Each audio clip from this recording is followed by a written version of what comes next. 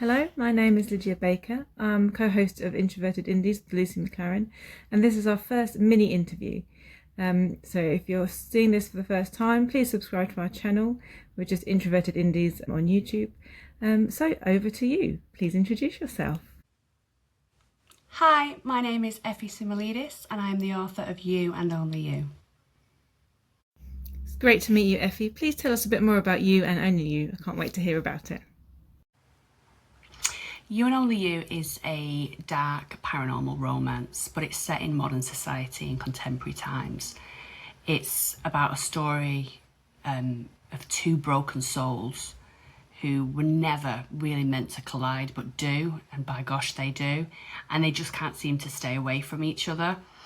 You know, Ruby is a guarded young adult woman who is on the cusp of adulthood, who is probably more mature than most adults I know, and she's had to deal with a lot. You know, she is feisty and fiery and independent, and then when this dangerously unreadable guy who's cocky and rude comes along, she doesn't quite know how to deal with him, but she can't deny the pull between them. And Isaac, likewise, he was never meant to fall in love. He doesn't deserve to fall in love. Who is this woman who literally breaks every single, rule he has about how to exist because he's a loner? So they start off as enemies. In a way, they have a lot of good banter, and they're not supposed to fall in love, right? But they do. But loving Isaac Taylor comes with a lot of risk and a lot of danger, and Isaac has to try and navigate whether he should give in to that love or whether he should push Ruby away and keep her safe. Meanwhile, Ruby is experiencing first love, and she's learning who she is as a young woman and what she wants out of life, and Isaac just rocks that boat. But he also makes her believe in herself. And for me, that it was really important to write a woman who didn't just simp and pander to guys all the time. It's probably because I'm a feminist that I've made Ruby a feminist. So she doesn't back down. She stands up for herself. She knows what she wants, and she's not afraid to say what she wants from Isaac. So there's a lot of tension. There's a lot of romantic suspense in this story. You know, both of them have got a tragic, dark past, and it's whether or not they can open that up to each other and admit the way they feel. And I think it's just a really, really powerful love story that has comedy and tragedy and love. And it's basically just a story about two people who are their souls are literally yearning to find their counterpart. And you'll have to read it to find out whether they do. You and Only You sounds a book that's you're quite passionate about. It's quite close to your heart. Could you just tell us what inspired you to write it? My inspiration for this story honestly just started with the image of a girl standing alone in a cemetery and then someone watching from the shadows. And that deeply disturbing image probably comes from the fact that I binge watched and was brought up practically on paranormal TV shows. Anything slightly supernatural and otherworldly, with dark, dangerous, morally grey characters and plot twists that you never saw coming. That's what I grew up with. That's where my lore started. And so I took that one image and it just spiraled into Ruby and Isaac's entire story. It was never really meant to happen. And then my English teachers, from being a young age in high school, drove into me this love of writing and words and writing relationships. And they were just two powerhouses, those women who brought me into the literary world.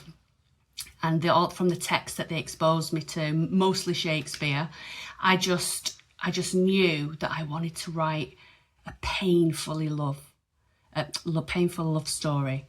I wanted people to yearn, that real deep-rooted yearning for these characters, willing them to get together and overcome obstacles, because life's messy, isn't it? It's not just straight down the middle.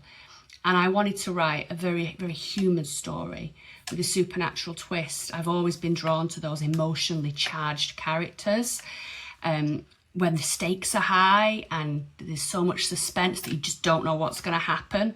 And I've always rooted for the underdog.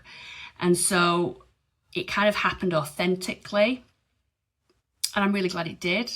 And then I just drew upon my, teaching from my teachers and my love of Shakespeare, which is probably really unhealthy at this point. And I just sat down and I wrote it.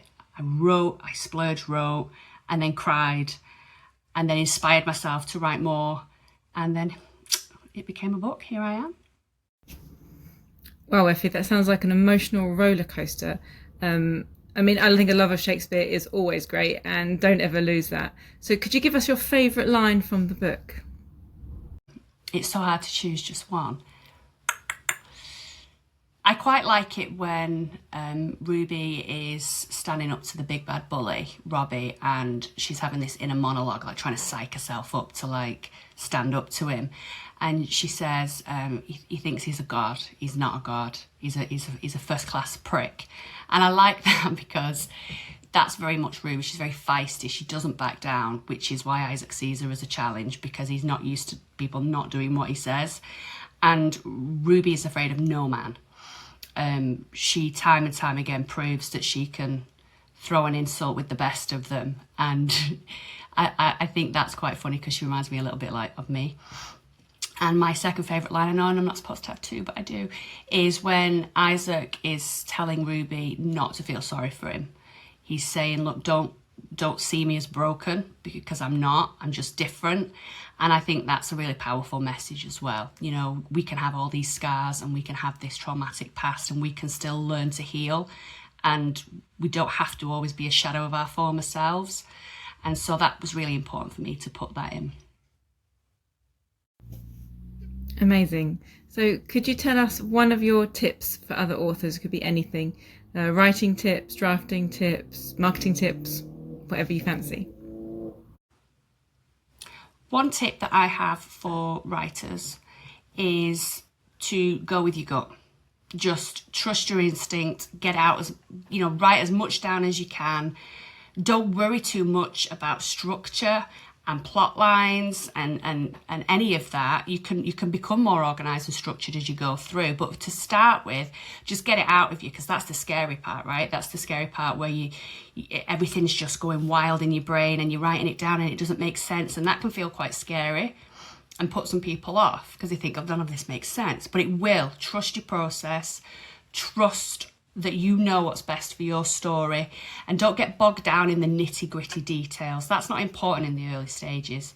What's important is having that, letting that creativity flow, that passion, just get it all out. You can become more organised later on. So now we've heard about you and only you, could you tell us where we can buy your book? You and Only You is available on all Amazon platforms. In the future, I am hoping to get it into some bookstores as well and through the TikTok shop. But for now, it's available on Amazon and I really hope you buy it. It's a real dream to have books on shelves in bookstores, isn't it? I'm there with you. So where could we follow you on social media and other newsletters that we can sign up to? If you would like to follow me on socials, I'm on Instagram and TikTok, and my handle for both is author_Effie Soumelidis. Thank you so much for joining me, Effie. It's been great to chat with you, and good luck with your book and all your other writing. And all the links for Effie's book will be in the description, so you can follow her and find those if you just look below. Thank you very much. Goodbye.